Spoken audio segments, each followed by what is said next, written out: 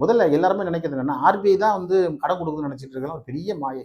RBI உங்களுக்கு கடன் குடுக்கவே இல்ல. ஆர்பிஐ கடன் குடுக்குற வங்கிய வந்து மானிட்டரிங் பண்ணும். அவ்வளோதான். இந்த வங்கிய மானிட்டரிங் பண்றது 2 டிபார்ட்மெண்ட் மெயினா பண்ணும். ஒண்ணு வந்து டிபார்ட்மெண்ட் ஆஃப் ஃபைனான்ஸ் மத்திய அரசு. இன்னொன்னு பார்த்தீங்கன்னாக்கா, இவங்க ஆர்பிஐ ஒழுங்கா செயல்படுற வரைக்கும் ஒரு வங்கியோட அங்கீகாரம் இருக்கும். வங்கி கொஞ்சம் முறைகேடா பயன்படுத்த இந்த மாரி வந்து இந்த ஆப் லோன்கள் அதிகமான அட்ராசிட்டி பண்ணிடுறவங்க மேல நெறைய கம்ப்ளைண்ட் வந்ததுன்னா, அங்கீகாரத்த ரத்து பண்ணிடுவாங்க. அவ்வளோதான். கடன் அவங்க குடுக்க முடியாது. அதனால தான் சொல்றேன். யாரு கவர்மெண்ட்ட பொறுத்தவரைக்கும் சட்டம் இயற்றியிருக்கிறாங்க. அதே கவர்மெண்ட் தான் வந்து இந்த செக்கு மோசடி வழக்கையும் வந்து நடத்துறாங்க.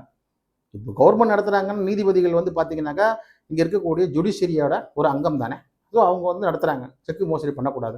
அதே சமயம் பணம் கொடுத்தவங்க போய் பிரச்சனை பண்ணாக்கா, அவங்கள சிறையில போடுறதும் அதே சட்டம் தான். ஸோ சட்டம் எல்லாருக்கும் சமமா தான் இருக்கு. இந்த கடன் கொடுத்தவங்களுக்கும், கடன் வாங்கினவங்களுக்கும் சமமா தான் இருக்கு. அதனால பணம் இப்ப வந்து கவர்மெண்ட் பணம் குடுக்குதுன்னா, கவர்மெண்ட் ஒண்ணும் குடுக்கல. கவர்மெண்ட் வேணா ஃப்ரீயா வேணா குடுக்கலாம். கடன வேணா கூட வழங்கலாம்.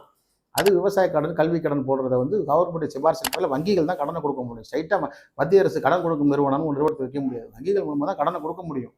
பட் அதே வந்து ரெக்கவர் பண்றதுக்கான வழியும் வந்து சட்டத்துல இருக்கு. கிரிமினல், சிவில் 2 இருக்கு. அதே சமயம் பணம் வாங்குனவங்க பாதிக்கப்பட்டு எதாவது நடந்தாலும், கடன் குடுத்தவருக்கு மேல வழக்கு போடும். சட்டம் சமமானது. இந்த ஆர்பிஐயும் வந்து பொதுமக்களுக்கும் சமமானது, வங்கிகளுக்கும் சமமானது. இந்த மத்திய அரசும், மாநில அரசும் அவங்களுக்கும் சமம், இவங்களுக்கும் சமம். ஸோ ஈக்குவாலிட்டி பிஃபோர் லா அப்படின்ற கான்ஸ்டிடியூஷன் தான் இங்க முக்கியம்.